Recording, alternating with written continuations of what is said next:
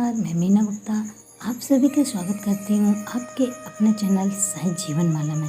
जैसा कि आप जानते हैं, साईं चरित का अध्याय दिन पर दिन प्रोग्रेस में है। इस सभी का श्रेय आप सभी साईं भक्तों को जाता है। अभी तक हमने 21 अध्याय पूर्ण कर चुके हैं। आज साईं चरित का अध्याय 22 आपके समक्ष प्रस्तुत करती हूँ। आप तो जानते हैं कि साईं नाम की महिमा अपरंपार है। एक ऐसी चीज़ है जो आपके पास है, हम सभी के पास है, और वह है मेरे साईं का खजाना। मेरे साईं का खजाना जो कभी भी खाली नहीं होता, बल्कि दिन पर दिन बढ़ता ही जाता है। जो इस भंडार से जितना चाहे ले जाएगा, साईं उसे उतना ही सुखी करेगा और वह उतना ही सुखी होगा। साईं की भक्ति करो, एक वही हमारा सहारा है और एक वही हमारा उद्धार करेगा। यह माटी का शरीर तो एक दिन मिट्टी में मिल जाएगा।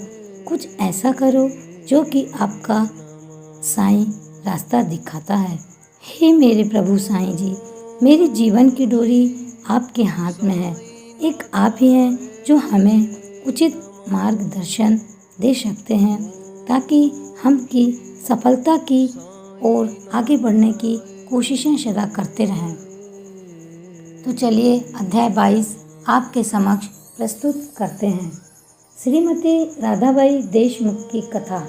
एक बार खाशाबा देशमुख की वृद्धा माँ श्रीमती राधाबाई देशमुख बाबा की कीर्ति सुनकर संगमनेर के लोगों के साथ शिरडी आई।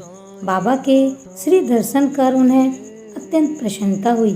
श्री साईं चरणों में उनकी अटल श्रद्धा थी, इसलिए उन्होंने निश्चय किया कि जैसे भी हो बाबा को अपना गुरु बनाकर उनसे उपदेश ग्रहण किया जाए। आमरण अनशन का दृढ़ निश्चय कर अपने विश्राम गृह में आकर उन्होंने अन्न जल त्याग दिया और इस प्रकार 3 दिन व्यतीत हो गए। वृद्धा का ऐसा निश्चय देखकर बाबा ने उन्हें अपने पास बुलाया और मधुर उपदेश देकर उसकी मनोवृत्ति बदल दी। फलस्वरूप वृद्धा ने अपना उपवास त्याग दिया। यह कथा ध्यानपूर्वक एकाग्रता से श्रवण कर तथा उसके उपयुक्त अर्थ पर विचार कर हेमाड पंत को बड़ा आश्चर्य हुआ। उनका हृदय भर आया और उन्हें रोमांच हो उठा। अत्यंत आनंद विभोर हो जाने से उनका गला रुंध गया और वे मुख से एक शब्द भी न बोल सके। उनकी ऐसी स्थिति देख सामा ने पूछा कि आप ऐसे स्तब्ध क्यों हो गए, बात क्या है? बाबा की तो इस प्रकार की लीलाएं अनगिनत है, जिनका वर्णन मैं किस मुख से करूं। ठीक घंटा बजने लगा। मस्जिद में जो कि मध्याह्न पूजा तथा आरती के आरंभ का घोतक था। तब श्यामा और हेमाड पंत भी शीघ्र ही मस्जिद की ओर चले। बाबा साहेब जोग ने पूजन आरंभ कर दिया था। स्त्रियां मस्जिद में ऊपर खड़ी थी और पुरुष वर्ग नीचे मंडप में सब उच्च स्वर में वाद्यों के साथ आरती गा रहे थे। तभी हेमाड पंत का हाथ पकड़े हुए श्यामा ऊपर पहुँचे और वे बाबा के दाईं ओर तथा हेमाड पंत बाबा के सामने बैठ गए।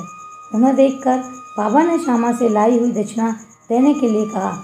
तब हेमाड पंत ने उत्तर दिया कि रुपयों के बदले श्यामा ने मेरे द्वारा आपको 15 नमस्कार भेजे हैं तथा स्वयं ही वहां आकर उपस्थित हो गए हैं। बाबा ने कहा कि अच्छा ठीक है, तो अब यह बताओ कि तुम दोनों में किस विषय पर वार्तालाप हुआ है।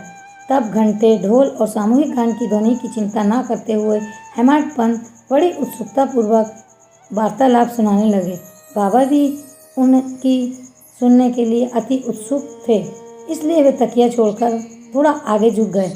हेमाड पंत ने कहा कि वार्ता अति सुखदायी थी, विशेषकर उस वृद्ध महिला की कथा तो ऐसी अद्भुत थी कि जिसे सुनकर मुझे तुरंत ही विचार आया कि आपकी लीलाएं अगाध हैं और इस कथा की ही ओट में आपने मुझे पर विशेष कृपा की है। तब बाबा ने कहा, वह तो बहुत ही आश्चर्यपूर्ण है। अब मेरी तुम पर कृपा कैसे हुई, इसका पूर्ण विवरण सुनाओ। कुछ काल पूर्व सुना वार्तालाप तो उनके हृदय पटल पर अंकित हो चुका था, वह बस उन्होंने बाबा को सुना दिया। वार्ता सुनकर बाबा अति प्रसन्न होकर कहने लगे कि क्या कथा से प्रभावित होकर उसका अर्थ भी तुम्हारी समझ में आया है? तब हेमाड पंत ने उत्तर दिया कि हाँ बाबा, आया तो है, उससे मेरे चित्त की चंचलता नष्ट हो गई है। अब यथार्थ में मैं वास्तविक शांति और सुख का अनुभव कर रहा हूँ तथा मुझे सत्य मार्ग का पता चल गया है। तब बाबा बोले, सुनो, मेरी पद्धति भी अद्वितीय है। यदि इस कथा का स्मरण रखोगे तो यह बहुत ही उपयोगी सिद्ध होगी। आत्मज्ञान प्राप्त कराने के लिए ध्यान बहुत ही आवश्यक है और यदि तुम इसका निरंतर अभ्यास करते रहोगे तो कुप्रवृत्तियाँ शांत हो जाएंगी और तुम्हें आसक्ति रहित होकर सदैव ईश्वर का ध्यान करना चाहिए जो सब प्राणियों में व्याप्त है। और जब इस प्रकार मन एकाग्र हो जाएगा तो तुम्हें ध्येय की प्राप्ति हो जाएगी। मेरे निराकार सच्चिदानंद स्वरूप का ध्यान करो।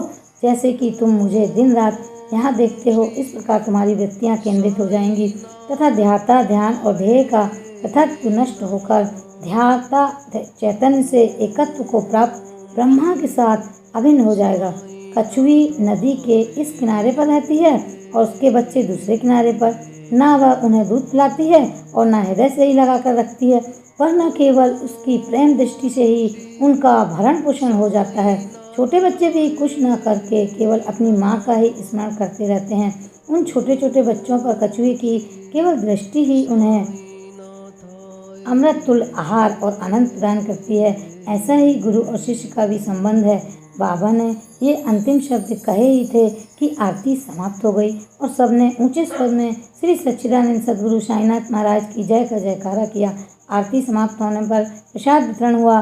बापू साहिब जो हमेशा की तरह आगे बढ़े और बाबा को नमस्कार कर कुछ मिश्री का प्रसाद दिया। यह मिश्री हेमाडपंत को देकर भी बोले कि यदि तुम इस कथा की अच्छी तरह से सदैव स्मरण रखोगे तो तुम्हारी भी स्थिति इसी मिश्री के समान मधुर होकर समस्त इच्छाएं पूर्ण हो जाएंगी और तुम सुखी हो जाओगे। हेमाडपंत ने बाबा को साष्टांग प्रणाम किया और स्तुति की कि हे प्रभु, इसी प्रकार दया का सदैव मेरी रक्षा करते रहना। तब बाबा ने आशीर्वाद देकर कहा कि इन कथाओं का श्रवण कर नित्य मनन तथा नित्याध्यासन का तत्व ग्रहण करो, तब तुम्हें ईश्वर का सदा स्मरण बना रहेगा और यह स्वयं तुम्हें अपने समक्ष अपने स्वरूप को प्रकट कर देगा। अपने बर्ताव के संबंध में उपदेश। काका के अमृत और अमूल्य वचन सर्वसाधारण भक्तों के लिए और यदि इन्हें ध्यान में रखकर आचरण में लाया गया तो सदैव ही कल्याण होगा। जब तक किसी से कोई पूर्व नाता या संबंध ना हो तब तक कोई किसी के समीप नहीं जाता। यदि कोई मनुष्य या प्राणी तुम्हें समीप आए तो उसे अभद्रता से ना ठुकराओ, उसका स्वागत कर आदर पूर्वक बर्ताव करो। यदि प्यासे को जल और भूखे को भोजन और नंगे को वस्त्र और आगंतुक को अपना दालान विश्राम करने को दोगे तो भगवान श्री हरि तुम्हें निसंदेह प्रसन्न करेंगे।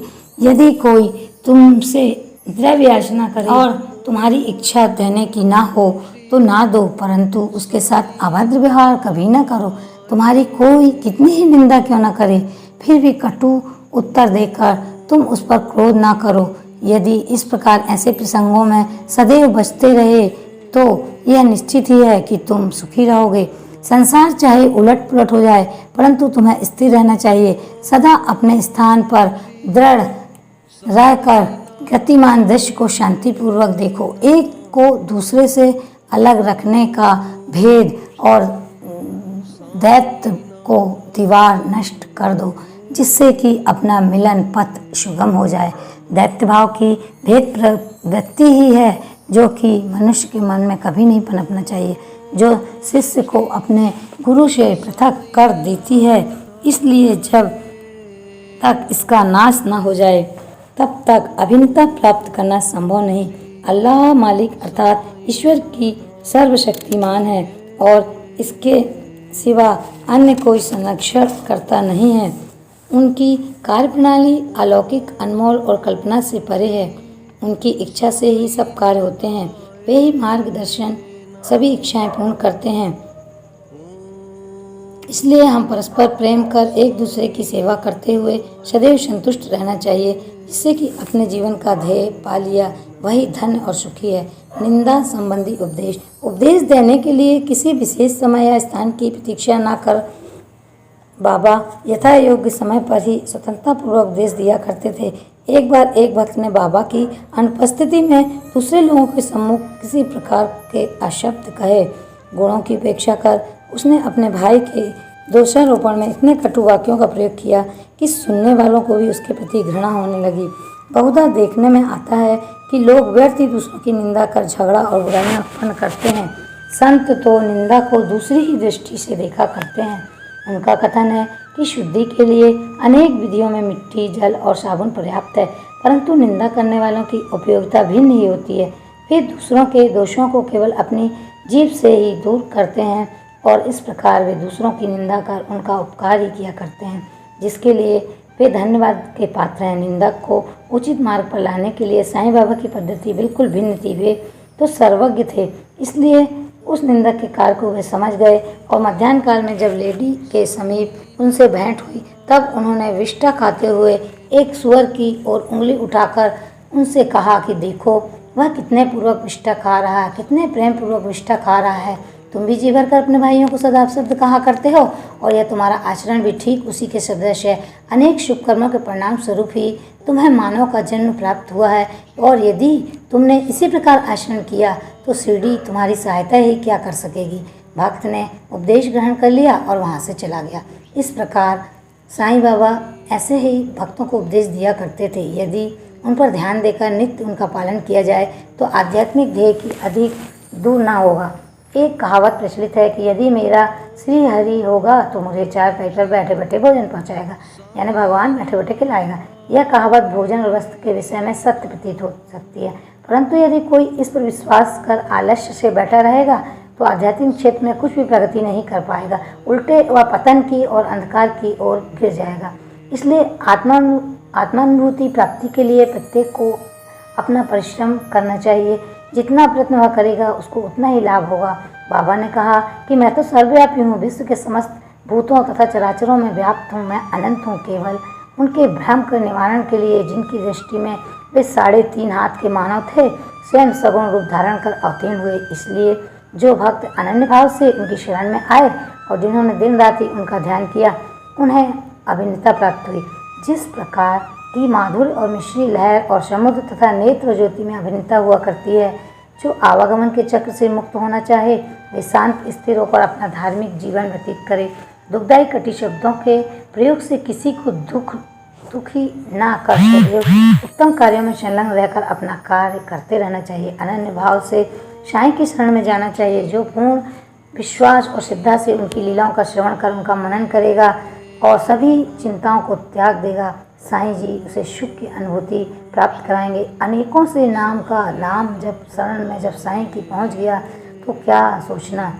बाबा ने अपनी लीलाओं का श्रवण और मनन करने के लिए हर भक्त को परामर्श दिया। किसी को भगवत लीलाओं का श्रवण तो किसी को भगवत पूजन का,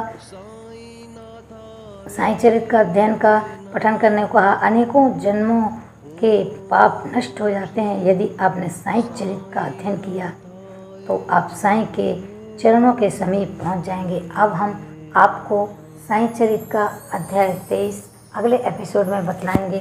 तब तक के लिए ओम साई राम, ओम साई राम, ओम साई राम। यदि आपने हमारे चैनल को सब्सक्राइब नहीं किया है तो शीघ्र ही सब्सक्राइब कर लीजिए। ऐसे ही और वीडियो देखने के लिए आप हमारे चैनल साईं जीवन माला को अवश्य देखें। ओम साई राम, ओम साई राम।